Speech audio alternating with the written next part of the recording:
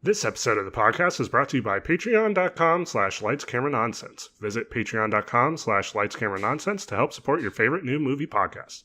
Now, let's roll that reel.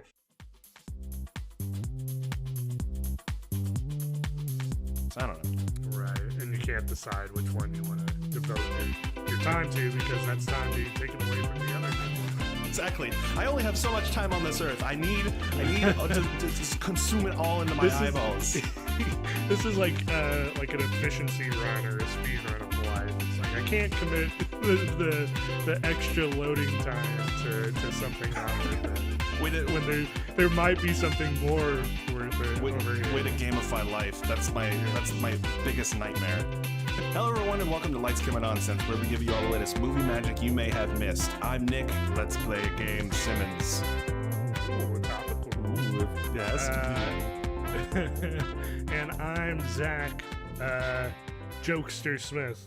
That's kind of topical. God, and we'll get to fucking it. all right. And on May 16th, 2021, let's dive into the previews. But before we do that, if you're watching us on YouTube, you're watching us a day late. You can actually get the episode a day early by visiting us and signing up for our Patreon at patreon.com/lightscameranonsense for as low as $1, and you'd be helping us out and supporting the podcast. You'll get it a day early. And then, of course, if you're watching us on YouTube and you just hate our beautiful faces, how dare you, you monster. You can also just listen to us on podcast services a day after it's posted on YouTube. Anywhere. That's iTunes, that's Spotify, that's Last.fm, that's all the different podcast services. And just make sure to rate us at 5 stars, thumbs up, give us the highest rating. It really helps us out. It gives us a bigger searchability. Like, it shows up and people are like, oh, what's this? Like, it gets recommended to people. So make sure to do that. Also, we have a merch store, store.lightscameranonsense.com. Go down there, purchase a shirt. That also supports us and helps represent your favorite new movie podcast. But let's dive into the previews, Zach. Yes. What have you been watching? So I watched 2 things of note. First being, I'll just look at you. Go ahead. This looks weird. It looks weird on your end, but trust me, it's not going to look weird whenever they're watching it on YouTube. Go ahead. Okay, yeah. I mean, as long as it's good for you. The first thing I watched was, of course, a continuation of the Bad Batch. Of course you did. So, All right, episode 3 dropped, and just more good stuff.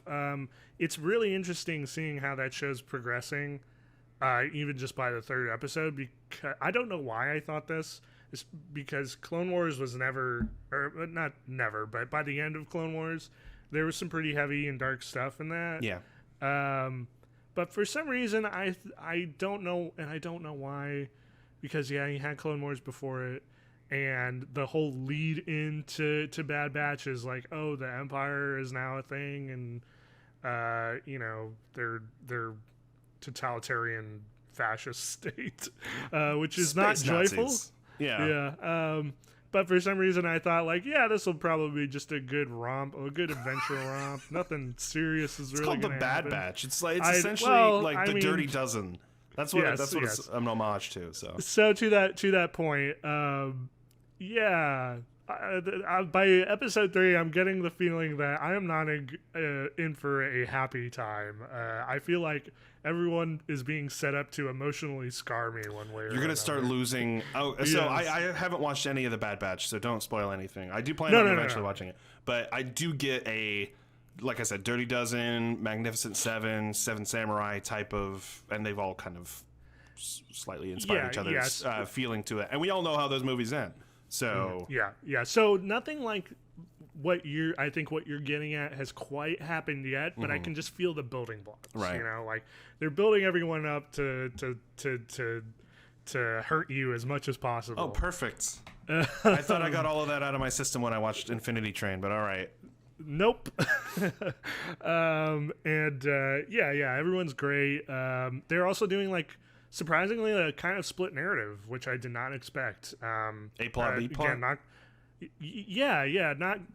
going into spoilers or anything, but there's a reason why one part of the group is separated from another, and the that A plot is kind of more in line with what I was getting at before, like what I kind of expected, like adventure romp, and like the point of where they're at is not like super happy, but it's just kind of like standard adventure procedure, that kind of thing, with a underlying narrative. And then the B plot is like, oh fuck, this is dark. Oh wow.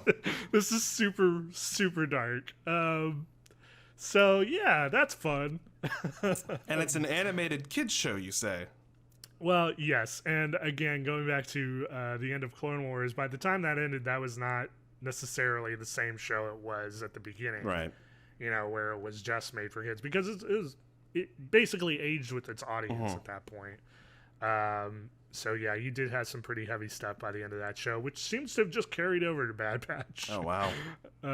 Yeah, some turns that especially in episode 3 that are, ooh, that's spicy. Well, stop hyping it up, man. I paused my Disney Plus subscription because I had no other shows that I was looking forward to until Loki, but now I guess I have another show. Great. No, if anything, I don't think anything super spoilery in terms of the universe has even happened at this point. Right.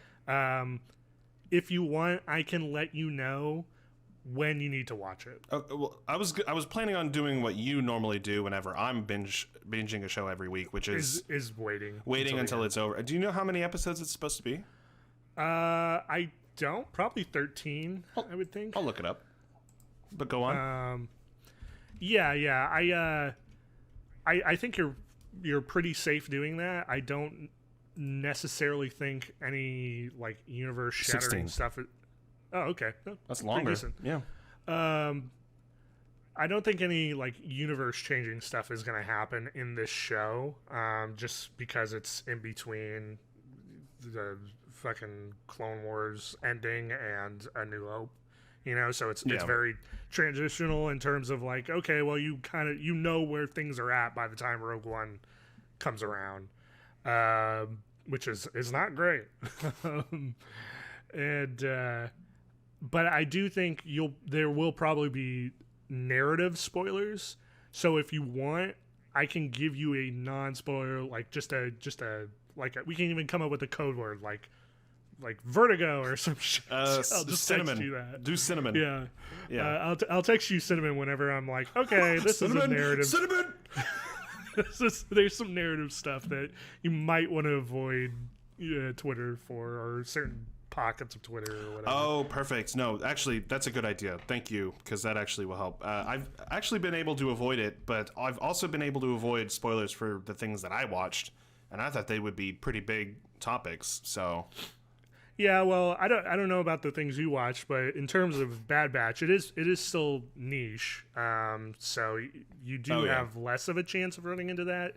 But I know we kind of frequent the same sort of area of the internet, and I think at some point, I think there's going to be some narrative spoilers that pop up, so I can just give you a heads up on that. Okay. So you can binge it all when you want to. Well, I think with 16 episodes, I'm probably going to have to start it sooner rather than later, because I'm going to have, episode 3 spoiled by the time episode 16 airs. So I mean, again, there isn't necessarily any spoilers going on right now. There is a setup spoiler about like how basically the split narrative that I talked about that happens in episode 1. But even then, I haven't really seen that come up a whole lot. I'm not worried about like universe spoilers, like it connecting with other shows. No, I mean narrative spoilers, right. Like the setup of the show. But yeah, even narratively wise, there's really not a whole lot that's happened that deserves like spoiler warning or avoid this website. Don't go on IGN or some shit like that. I like how we've talked. Let's see, for about 10 minutes about this this one show, and we're kind of just dodging around like the actual plot or the. So the whole crux of this is there's really not a whole lot of plot to spoil right now, which is my point. Yeah. I just feel it coming. Like I can see it in the distance. The hurt, the pain. It's coming on the way. Oh wow. Okay. But anyway, still very good. Very much enjoying it. Fridays are still exciting. Exciting on Disney Plus. Hashtag not sponsored by Disney Plus still. Of course. Yeah, they would come to us first to sponsor us. Yeah, yes, with our wide reach. And then the second thing I watched, so if you recall way back into ancient times, I watched the first 3 episodes of DC Universe's Harley Quinn. Oh, okay. Ooh, okay. And I was the reason, not the ultimate reason, but part of the reason was because I was doing reviews for a comic shop I frequented at the time. I don't do those reviews anymore. So when I stopped doing those reviews, I kind of just dropped off Harley Quinn. Because that was the only motivation at the time to watch it. Not so much. I enjoyed it, but at the time it was like, this is a good show. But there's other things I'm watching, so I'm not really feeling like I need to devote that time to this show. So I stopped at episode 3. And then yesterday, it was yesterday. It's okay. It doesn't matter what day. I don't think anybody's going to Well, be like... it does matter in the terms of like why I am on my 4th or 5th cup of coffee today.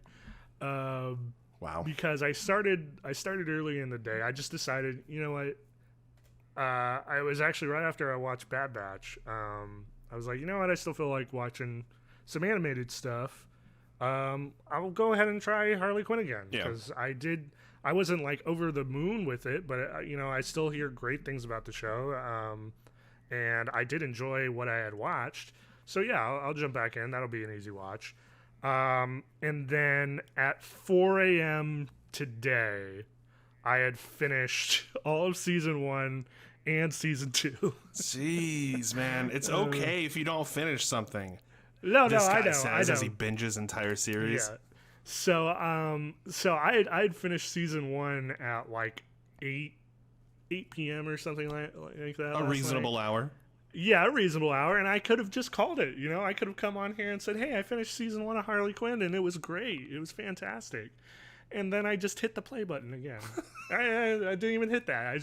I saw the up next thing come on, and I was like, yeah, all right. Yeah, all right. I can keep going. This is where I'm at for the rest of the evening. Season 1 ends on a cliffhanger, so Yes, yeah. I don't blame you. Yeah, not like the hugest part of the end of season 1, I think, gets resolved in that last episode. But yes, it is still ostensibly a cliffhanger. Like, oh my god, everything has changed. Mm-hmm. So that's what we're rolling into season 2 with. Anyway, all that to say, Harley Quinn is fucking fantastic. Yeah. It is a fan-fucking-tastic show. I could have told you that. I cannot say that enough.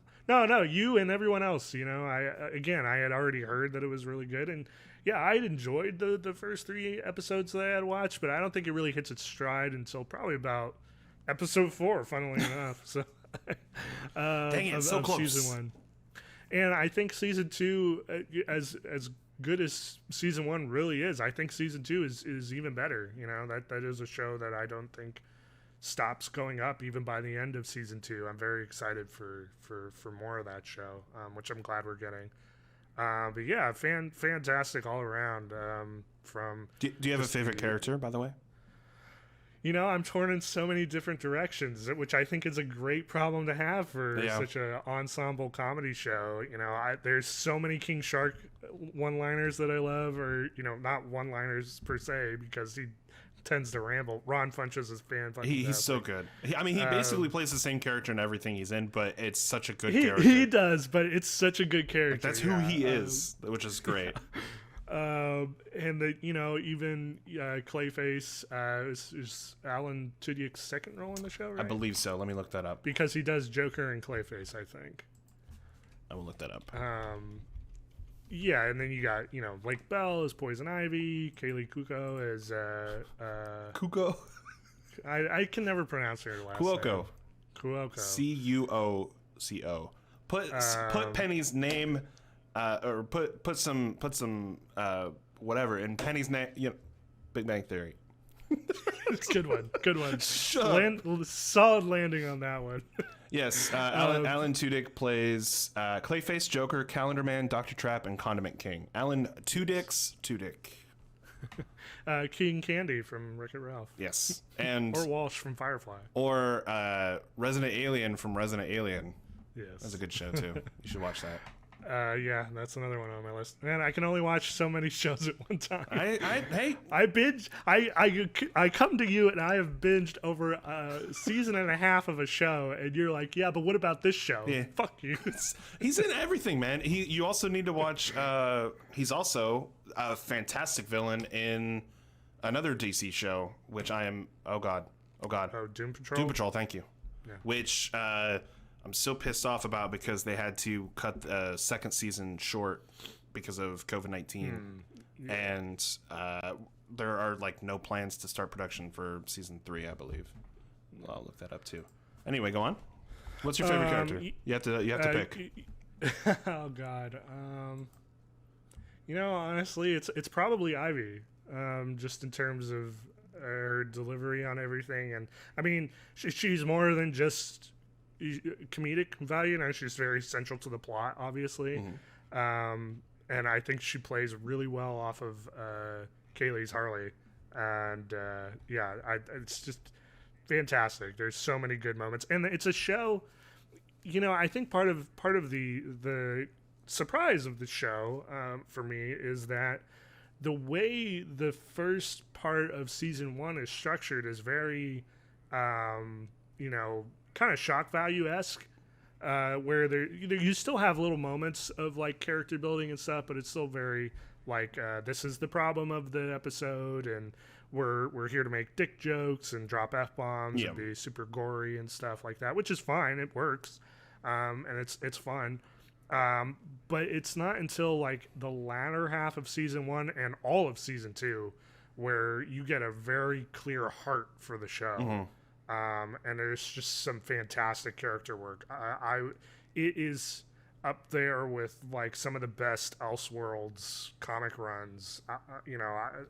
It's fantastic. It's you don't get this sense of like, I mean, you don't know that there is an actual universe that's being built whenever you're watching these episodes, and it's like playing the Injustice video game, thinking it's just like a one-off fighting game between all these DC characters, but it's actually a storyline that they are trying to start and continue and end. So yes, yeah, and of course they have meta jokes about that. There's stuff where they're talking about Peabody Awards, like, see, the narrative is being strewn throughout all this. I can't remember. There's an episode where they start off with 2 guys on a couch. Yes, yeah, and one's wearing a Harley Quinn t-shirt. It's like it gets so meta. It's revert. No, the shirts are. It's like episode 7 or something of season 2, and the shirt is Last Jedi is not canon, and the other one is Release the Snyder Cut. Yeah, so which ironically has come to fruition. Yeah, it's actually come out. When that episode first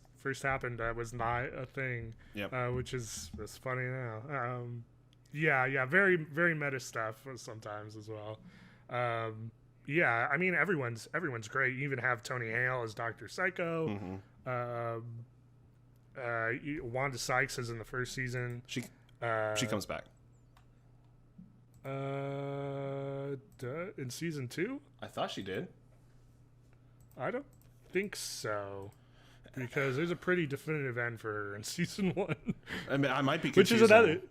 Which is another thing. It's the Queen of Fables. Yeah. I forgot. Yeah, that's another thing with the whole plot. They are not afraid to kill people. Like, some villains just straight up die. There's even Raul Coley. Yep, from iZombie. And Haunting of Bly Manor. Yeah. Yep. Come on, camera. Fucking hell. There we go. I hate this room. I hate it all. Fuck it. Yeah, he plays Scarecrow, and he's fantastic.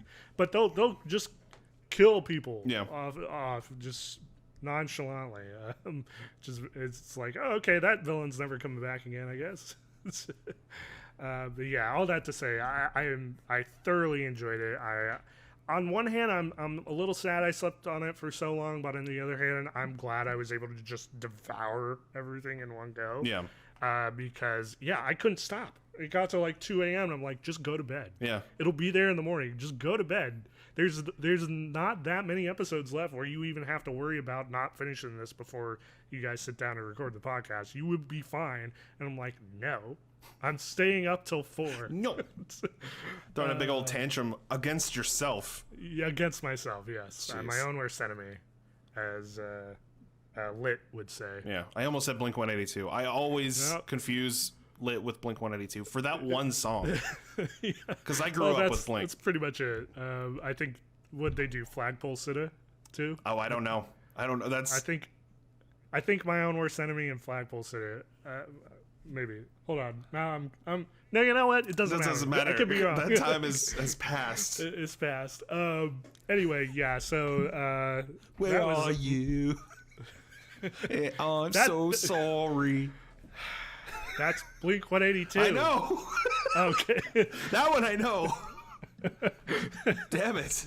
What is this? Are we doing a music podcast now? I guess now. Yeah. A very 90s alternative music podcast. Very specific.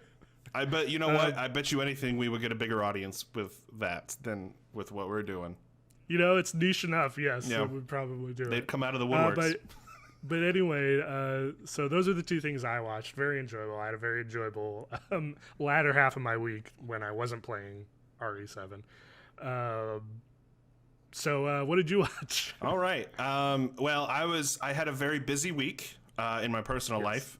So the amount of time that I had watching things was technically spent on things that we've already talked about to a large extent. So I kind of wanted to talk about some of the things that actually came out this past weekend that I watched that one of them, it was really great and I enjoyed it and wish there was more of it, and I'm really kind of upset that they didn't, but I'm not going to like throw a tantrum. That's good. But it was a continuation of a show that I really enjoyed last year during quarantine, and when it dropped, I'm like, all right, well, I'm binging it. And then as soon as it was over, I was like, well, you know what? I could start season 1 again. So I watched things here and there. I could beat around the bush, but I also want to talk about the other thing that makes me so angry that it was one of the first movies that I've watched in a theater in a long while. And I spent money and gave that money to a studio that doesn't deserve it, honestly. Oh, no. Or a director. Buckle up here, because this sounds like it's going to be a roller coaster. I want to start out. So should I do the good show or should I do the bad movie first? Just start with good show. Good show, okay. That way we can go good, and then end on a bad note, which is what you always want to do. Yeah. Just give people, a good bad feeling to leave. People don't make it to the end of our podcast anyway, so that's fair. The show that I watched was Love, Death, and Robots. Volume 2 dropped on Netflix on Friday, okay. And the thing I mentioned before where there wasn't enough is because they only dropped 8 episodes as opposed to the, I believe, 13 or 15 episodes of season 1. 13 would be standard for Netflix. Yeah, that sounds right. I don't know why I thought 18 or 15. But the first season dropped last year, and was it last year or was it 2019? I think it was the year before. You think it was 2019? Or if it was 2020, it was early 2020. Like January. But I think it was 2019. First season was 2019 in March. And this is this weekend. But anyway. That's a Black Mirror lead, if ever there was one. I know, right? And it's kind of funny because it's so much like Black Mirror, but Similar, but it's all animated. With some caveats there, because there are some live action elements both in season 1 and season 2 of particular episodes. But they use the same. It's a show, if you haven't watched it, created by Tim Miller and produced by David Fincher and Tim Miller. Tim Miller, if you don't know, directed Deadpool 1 and I believe produced Deadpool 2, but doesn't matter. I believe that's correct, yes. And it's basically if you made heavy metal, but it's all science fiction based, and it's the the plot thread for almost every single episode of this anthology series, both in season 1 and season 2, is love, death, and robots. Like, it includes at least one of those themes. And they're almost always based off of a short story in collected works in the science fiction community. So any of the episodes, any of the episodes are based off of short stories from either well-known authors or even lesser-known authors. So if you're interested in reading or in discovering more of that like universe or story or worlds that an episode shows, then I guarantee you that author created more works based on that. Okay, but anyway, long story short, watch season 2 of Love, Death, and Robots. Loved 7 out of the 8 episodes. So great success rate. That's an A+. Yeah, that's good. Makes me wonder about the one though. The one, because it's not like if you were to say, like 60% of the episodes are really good, like just 4 of them I didn't really feel. That's one thing, right? But one out of 8. That's a curious number. It's because the one episode that I didn't like, I actually want to make sure that I pull it up right. It was the final episode of season 2, which I won't get into, but we were talking about leaving on bad terms. Well, it's because it's not necessarily as intense or as high stakes or any. I mean, they're not all of them are intense or high stakes anyway.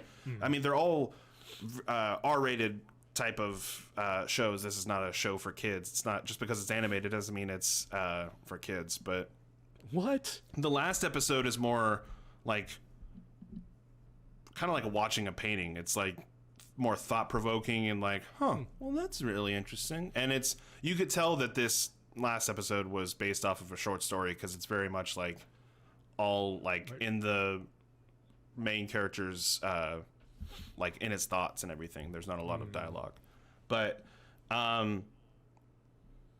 it's so fantastic, and it's like fantastic animation. The Uncanny Valley dipped very wait, do I have that backwards? Uncanny Valley is this way, yes. Yeah. That's why so when it becomes too realistic, basically, is what I was going to say. It's like the animation Turing test. There are some scenes in particular episodes where I'm like, I can't tell if this is like live action or if it's animated, and that's how good the animation is. Yeah. I want to see feature length movies or feature length series of nearly every episode of this entire series, because I want to know more about the worlds that they start and create. And because some of the episodes are like 7 minutes, some of them are 18 minutes, some of them are in between, and I just want them to be longer because like I'm like you wish. How long are the episodes? You say I just said like 40. Sorry. What are they, like 40 minutes? Hour? For the entire. If I wanted to watch the entire season. No, the episode. I know you just said it, but I'm asking you to repeat. Oh, okay, all right. They range from 7 minutes to 18 minutes for season. Oh my god, that's short as hell. Yeah, it's the same thing with season 1. Like there are some episodes, blah blah blah, fuck, blah blah blah blah. Bleh. Some episodes range from 8 minutes to 18 minutes for season 1 as well.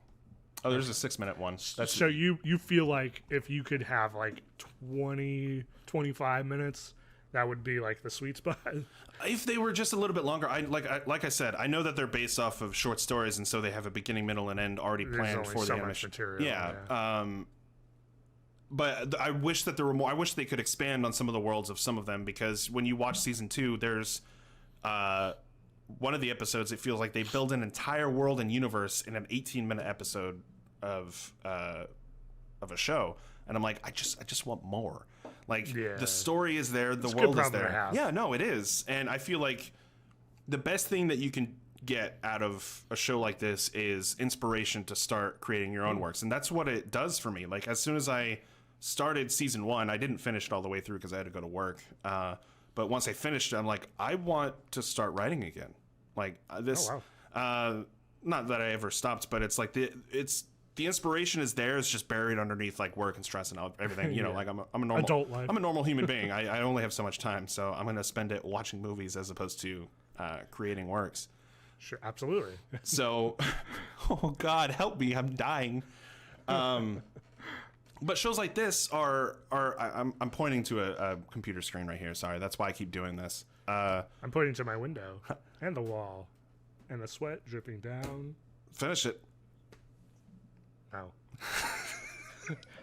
Anyway, shows like this directly feed into my inspiration, so it makes me want to create more, and I think that that's a great motivator for people to check out Love, Death, and Robots. Nice. There is an episode in season 2 starring Michael B. Jordan. Since I'll just do a Michael B. my Jordan gosh, streak.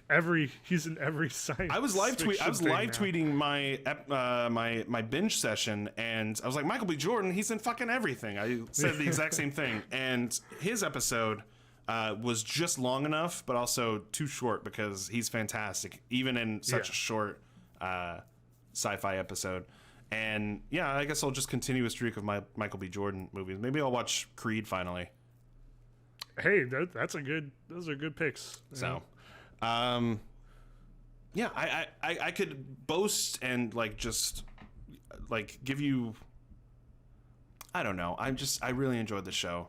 It's very R-rated. A lot of them include gore and nudity. You get the warning at the top of the screen anyway. But okay, perv. But yeah, I'm interested to see. Like, I want them to drop more. There needs to be more. I need more of it in my face hole. So Absolutely. check it out. It's on Netflix right now. And let's just dive into the bad thing. Let's just let's just talk about it. Bad thing. I watched Spiral. That was the movie I watched in the movie theater, and I spent money send on. you on a downward spiral? All right, Trent Reznor, you wanna step back there? A bat to head defeats you. Anyway, I watched Spiral, and myself today by watching.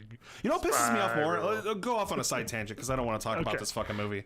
That people attribute Hurt to Johnny Cash, and Oh my God, are we just doing a music podcast now? as much as I hate, or as much as I love Johnny Cash, fantastic artist. It's a great cover. It's a fantastic cover. It's a different take. It's just like Gary Jules' cover of It's a Mad World, but Yes. Yeah. like it's fucking Nine Inch Nails, guys. Just God damn it. That's it. That's my tangent. I can't believe we've done a music podcast. We've talked more music than movies and stuff. Anyway. I watched Spiral from the Book of Saw, but they're gonna call it Spiral: Saw or Spiral from the Book of Saw because they really want you to know that it's set in the Saw universe. Can I ask you a question? Yeah. What is the Book of Saw? It's nothing. We've never had that. We've never had a Book of Saw. subtitle. No. That's never been a thing. No, that's just It's not basically like- yeah. It's not like the creators were ever like, you know what, movies 1 through 9, that's book 1. But then we're just gonna keep on adding shit into it or something. Yeah, it's not Infinity Train. What is this? They're shit? trying to basically use it as a catch-all for any sort of spin-off movie that they want to make, and this is Why not just call it Spiral and then be like? So I think when I like. the twist The should thing have I been think that it of- was set in the Saw universe. Right. The thing I'm thinking of is Split, right? You know, so you watch Split. No one knew, or at least, you know, and I don't think anyone really knew going into that it was connected to Unbreakable. Yeah, just because I had the same director. Yeah. It didn't look anything like that movie. You get through, spoiler for Split, by the way. 2015. Yeah. 16, I think. All right, that's it. You want to bet? No, because you're usually better at How much this you want to than me. bet? Nothing. You sure you don't want to bet? Yes. I feel like that's a trick. It's 2016. Oh, hey, I should have more confidence in myself. You really fucking should. But yeah, you know, like that is a movie where it looks nothing like the thing that it's connected to, and there was no lead up to say like, oh, Split from the book or the book of Unbreakable. Job of the book of Unbreakable from the Unbreakable books, the Babysitters Club Exactly. stories. You just got to the end of that movie and it was like, oh shit, that's a character from that movie. So this is connected. And then we got Glass, which I didn't see, but it was terrible. People have feelings it was on that fucking movie. awful. The only reason that Glass exists is because Split had that twist ending and everybody's like, oh cool, I want more of this universe. Yeah. And now we're not going to get any more. So yeah. But like, anyway, all that to say, like, yes, going back to your point, it's all a marketing thing, and it's so like, why would you do that? Like, it would be cooler to do that thing and be like, have that be a talking point, like, oh man, I can't believe that it's connected to Saw. It would be more interesting if it was based off of a franchise that had like a good standing with the audience, a higher percentage of good movies. So look, I actually have thank you for bringing that up. I pulled up, and I'll pull it up here. Rotten Tomatoes has them all ranked, and this is all the way up. They don't have Spiral on here yet, but they have all of the previous movies, and I want you to guess what's the lowest rated Saw movie. Lowest rated. Yeah. Saw. How many are there? There are 8, and Jigsaw is included in this. Okay. I think Jigsaw had like a 13 or some shit. No. Oh. It's actually higher rated than you think. Wow. Shocking. All right, I will do Saw 6. You think Saw 6 is the lowest rated? Yes. It is not. I don't know why. Okay. Saw 7, or Saw 3D, because they didn't want to call it Saw 7 for some reason. Yes. They were doing Roman numerals until... that was when the 3D craze was around, So you had... 2010. The Final Destination is like the worst one, because you had the Final Destination 3D, and then Final Destination. It was... No, so I'll pull it up, but it's Final Destination, Final Destination 2, Final Destination 3, blah blah blah. Actually, no, you have me thrown for a loop now. But I think it's Final Destination 4 3D, and then it's the Final Destination, and then it's Final Destination or something. Oh God, yeah. That is what they did, isn't it? Yeah. Hold on, I actually want to pull that up too. This is fun. Wikipedia. I hate these fucking movie franchises. These are the epitome. Maybe not epitome. But two very good examples of franchises that did extremely well early on, and the studios are like, we want that money to keep coming, so just keep doing it. Yeah, because it made... Much like Paranormal Activity. Yeah, it made just enough movie for the... Yeah, because it was like from 2004 to like all the way up until like 2011. They were like, just... If it made like... Pump it out. Yeah, pump it out. Lionsgate was terrible about it. Yep. So it's Final Destination, Final Destination 2, Final Destination 3, The Final Destination, which is 4, and then Final Destination 5, but I think I just called it Final Destination. That's probably what it was on the poster. And then there was another one, wasn't there? Was there only 5? I thought there were 6. What? So I know when one of them was released, it was called Final Destination 3D, but maybe they switched it? Yeah, it's on October 5th, 2020... On October... I can't fucking talk today. Zach, shoot me in the face. Good thing you're doing a podcast. Yeah, woo! On October 5th, 2020, series creator Jeffrey Reddick confirmed that a 6th film was in the works prior to the COVID-19 pandemic. Of course, all of that stalled everything. So, Final Destination 6 is set to be released in 2022. I doubt that, because it would have already been on the release schedule for 2022. Yeah. It's going to get pushed back, but it's in the works, and Devon Sawa from 1 and... The one where it was a prequel, I think that was 4. I think that was the right one. One of them was a prequel to 1. So there was 1. 2 was just a straight up sequel. 3 was the one with Mary Elizabeth Winstead. That was a roller coaster one. I think it was 4. I think you're right. I think it was 4. Or maybe Final Destination. I'm gonna keep calling it that. Maybe your association with like Final Destination is your brain trying to forget Scriforum. Yeah.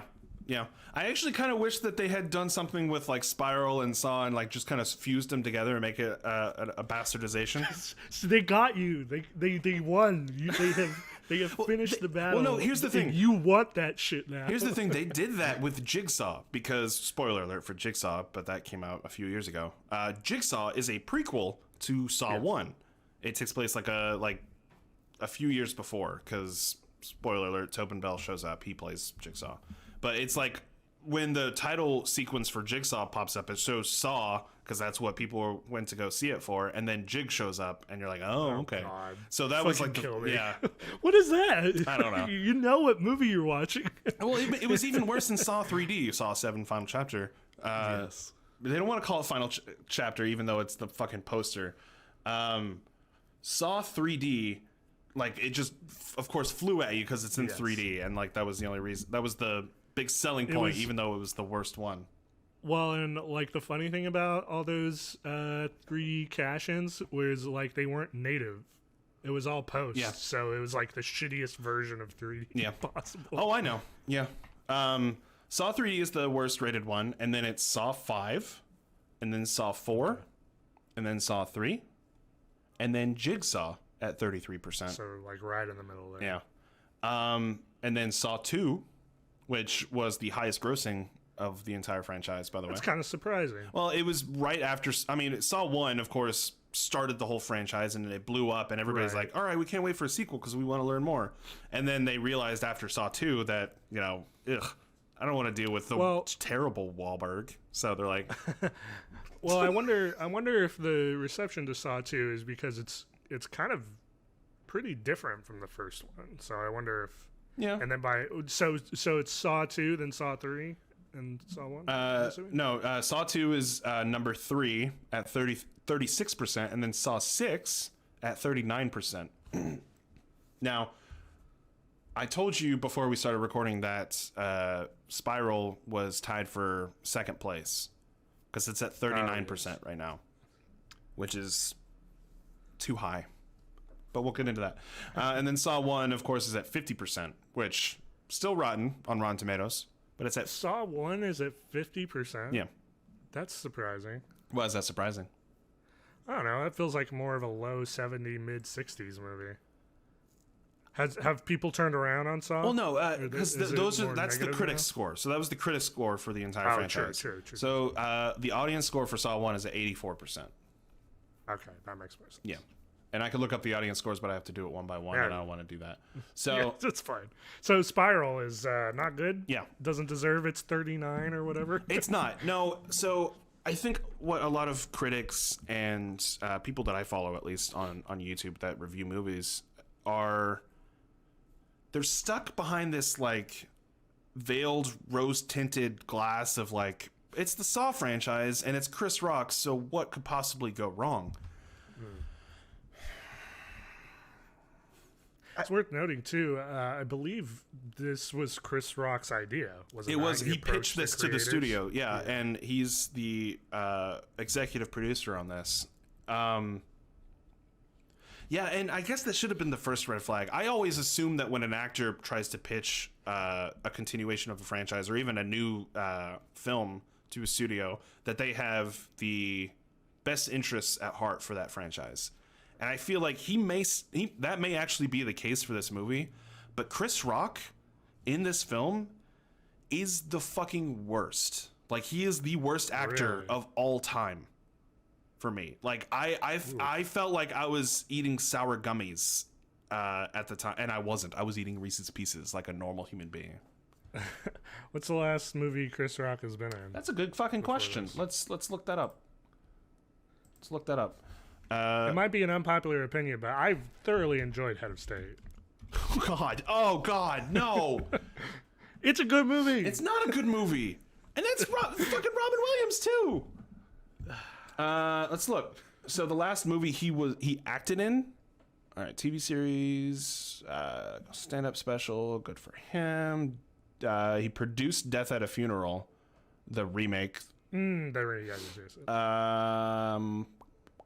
been in just a lot of TV shows recently. Let's see. Actor. Fargo. I'm so sorry. That was the TV show I was thinking of. He was just recently in that. Oh, yeah. And he was great in that. I didn't finish the most recent season, which is him, but yeah, what the fuck?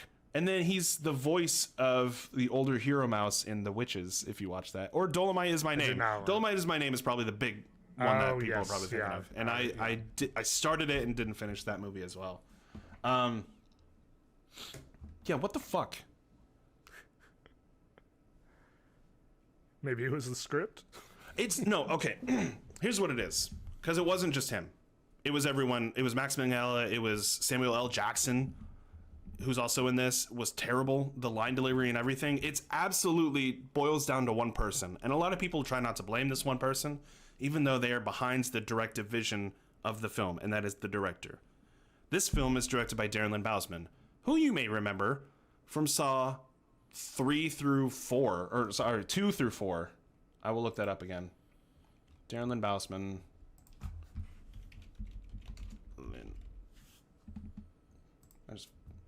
Fuck. The most negative thing I can remember about my feelings of Saw that is not just like one of the later movies just being utter shit torture porn. Yeah. It was 5 or 6 where by that point we had been trained as an audience to expect the Hello Zepp theme. Yeah. Fucking banger. Yeah. Banger of a theme. And it always kicks in when they're doing like here's the twist of the movie. So it's like, oh my God, I can't believe he was alive. Yeah, the twist. Whole time. It's the twist theme for the Saw franchise. They changed the fucking twist thing. Yeah, they do that for this movie. It's a rap version of it, and it starts off normal. But is the melody fine? Yeah, it starts off with the normal theme, but then the twist happens, and then game over at the end of the movie. Yeah, and then it turns into an entirely different song. You know what? I'm on board for that. Having not seen it, I'm on board for it. I'm on board to try it. The thing that annoys me is when you change the melody of the song, which like the fifth or sixth one I can't. It doesn't even do that. It's something completely different. It's like not even the bare minimum of like Kong or Godzilla versus Kong. Yeah. With the fucking Junkie XL soundtrack that fucking tore me to pieces. because you got a good version before with King of Monsters. Yes, anyway, that's neither here. Exactly. We talked about that. Darren Lynn Bousman directed Saw 2, Saw 3, and Saw 4, and has directed Spiral. So he has experience in this franchise, and even has 2 of the top 3 films under his belt from the franchise. But then he directed Repo: The Genetic Opera, which is something that has critics and the opposite of critics. What's the opposite? Audience score? No. Like anti-critics, people who liked it. Yeah, people. It's divisive. It's a divisive right, movie. It is, because this is 73% on Rotten Tomatoes. Then he directed 11-11-11, which was terrible. That came out in 2011. If you didn't, the Hulu show, yes. Yeah. No, not the show. It was a movie. It was a directed-DVD movie. The Stephen King thing? No, that was 11-23-63. Oh, yeah. You silly. Never mind. Silly fucking goose. No, he only directs horror movies. He directed The Barons, Tales of Halloween, which is his highest grossing movie, except for Alleluia, The Devil's Carnival, which he made twice. He made the same movie twice. Ironically, the same thing as Death at a Funeral. The same director came back for that remake. And then Spiral from the Book of Saw. And he's just not a good director, because he dropped the ball in literally every single scene. There are weird cuts to where it feels like they should have like stopped the camera like 5 seconds before. Like they leave a scene lingering. 2 of the actors walk off camera, and then it just stays for like another 5 seconds before cutting away to the next scene. And then there's like weird angles, and it's bad. It looks and feels like garbage. And I felt like when the movie ended, because it ends abruptly. It ends with like the game over scene, and then a door gets closed, and then it's like directed by Darren Lynn Bousman. And I felt like I was slapped in the face with a bag of garbage. I'm very sorry. I'm sorry your first trip back to the movie theater was a negative experience. I could have watched after being vaccinated. Yeah, I could have watched Army of the Dead, which I didn't, because I was like, it's coming to Netflix next week anyway. So That's surprising. Why? That you would make that decision. To me, that's surprising. Well, I would choose a Zack Snyder zombie film over a fucking Darren Lynn Bousman Saw film any day. Well, that's what I'm saying. I'm surprised you wouldn't have done that at the theater because I believe Spiral is coming to HBO Max at some point. Well, I mean, eventually, but it's not like the week after it's in theaters. Right. Netflix has been doing that for their properties ever since COVID-19 was such a big deal, and they're like, well, we needed to promote some of these movies, and it's Zack Snyder, so they're like, we're going to get money from this. People are going to go see it, not realizing that it's coming out a week later on Netflix. See, when there's such a small gap in between the movie release and the streaming release, I'm not going to bother spending money on it for that movie. So it's fair. I mean, I would have had a better time. See where it got you. Yeah, though. I know. I feel scummy. Stars Chris Rock, Max Minghella, Samuel L. Jackson, just like I said. Marissa Nichols, who, if you don't know who that is, but if you're a Riverdale fan, that's Veronica's mom. And she's very attractive. And she's terrible in this, which just makes me feel like... Shocking, a Riverdale character is not good in something else. Hey, you can go to hell, man. What about Zach and Cody, whichever one that guy is? He's Jughead in the show. One of the twins. One of the Sprouse. I can't remember if it's. I think it's Dylan Sprouse. Yes. Or it's Cole Sprouse. Right. It's one of them. No, it's Cole. I don't fucking know. One of them continued to be an actor. The other one just started a beer company and then like quit acting. So, whatever. Yeah. And then one of the guys from what is that Canadian show where there's so many. The where it's like Canadian King of the Hill. And it's on Hulu. Why am I fucking... Letterkenny. Yes. One of the guys from Letterkenny is in this, and he's the opening trap. And I'm like, oh, it's that guy. And then he explodes, and I'm like, oh, shit. That's funny. It's just the way that characters die, a lot of just the line delivery, even some of the special...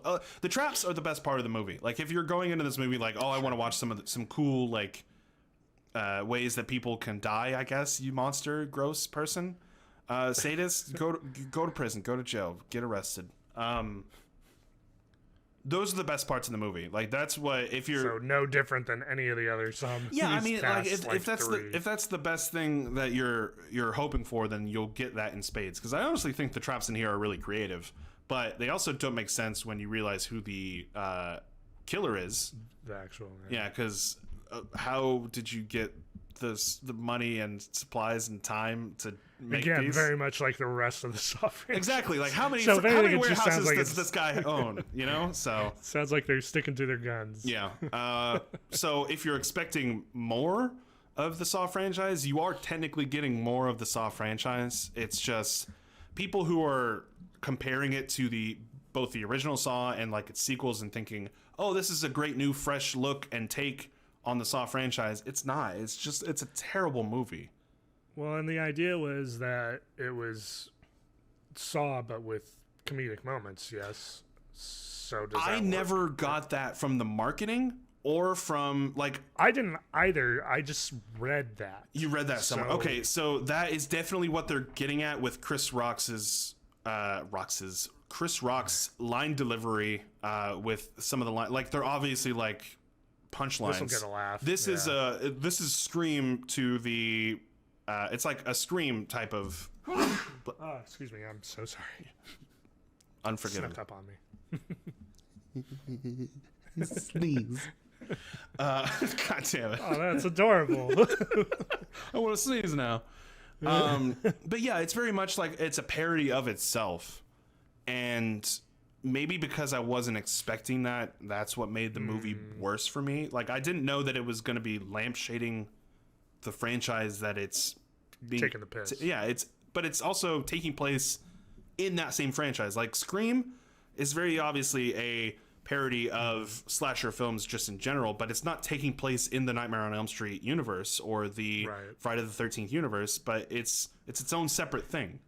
Technically, there's a bit in the fourth one where it's taking place within itself, although that's two as well. That's two as well. Basically all but of them after the first one. It's a parody of... It's a lampshade of a parody of itself. Like, it's... Yeah. and it does it way better. So I don't know. If you love Chris Rock, if you love Saw, then you'll probably love this, but it does not. It does not hold up. It's not a great film. Can't wait to come back here and say, like, Head of State, Spiral. Why? He was in other terrible movies too. Let's see his lowest. How dare you, sir? Head of State is not terrible. Grown Ups 2 is his lowest rated movie. That is bad. You know what? It's at 8%. Yeah, that's Not much better than the first Grown Ups, and people like that movie. Madagascar 3. It's apparently good. I wasn't a big Madagascar fan either. Okay. Yeah. Head of State was the pinnacle of Chris Rock for me. It really fucking shouldn't be. Why? I forgot he was in a B movie. Yeah, Head of State. Fuck you. Wait, he was also the director of that. He directed that. Yeah. He created it, I think. Oh my god, I'm confusing this movie with something else.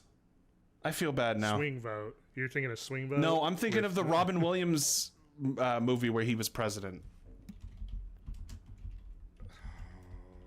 I feel bad. Okay, I take back everything I said. Let's see. A Man of the Year.